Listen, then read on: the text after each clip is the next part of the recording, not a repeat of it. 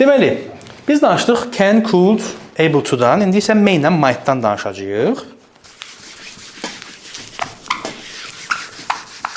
Baxın, bəzi adamlar elə bilirlər ki, might may'in keçmiş formasıdır. Amma bu istifadə heç də elə deyil. May ilə might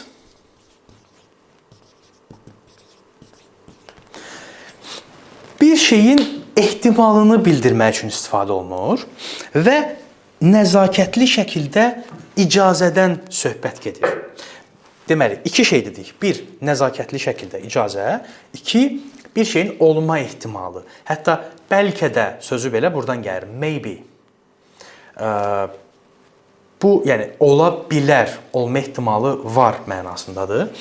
Deməli, may ilə might-ın arasındakı incə bir fərq var ki, onu istifadə edəndə insanlara o qədər diqqət eləmirlər, amma qrammatik olaraq aralarındakı fərq bu götürülür ki, may bir şeyin olma ehtimalının, o ehtimalın yüksəkliyindən bəhs eləyir, might isə o ehtimalın çox daha biraz aşağı olmasından danışır. Məsələn, deyirsiniz ki, it might rain later deyirsinizsə, birazdan ola bilər yağış yağsın, amma çox az bir ehtimallandır.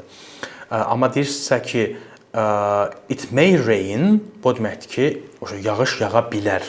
Məsələn, gözü tutulub, deyirsiniz ki, yağış yağa bilər. Bir də var ki, gözü tutulmayıb tam, belə təxmini deyirsiniz ki, bəlkə də ola bilsin yağış yağdı. Onda artıq might-dan istifadə edirsiniz.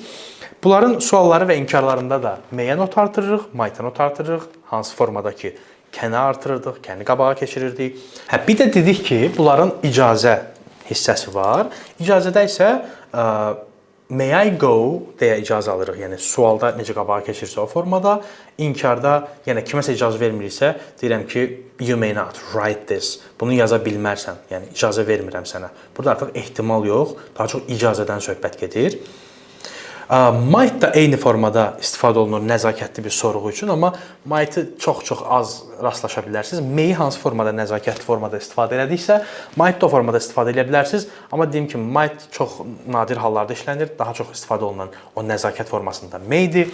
Amma o ehtimal formasında həm may-i, həm might-ı istədiyiniz kimi qarışdırıb da hətta istifadə edə bilərsiniz. Çünki bunu həm ingilislər, həm amerikanlar qarışdırıb istədikləri formada istifadə edirlər. Amma fərqini zaten başa düşdünüz nədir? Aşağıdakı cümlələrdə və notlarda, qeydlər hissəsində daha yaxşı şəkildə misallar yazmışam. Oradan daha yaxşı şəkildə yəqin ki, başa düşəcəksiniz. Özünüzə yaxşı baxın. Növbəti videoda görüşərik.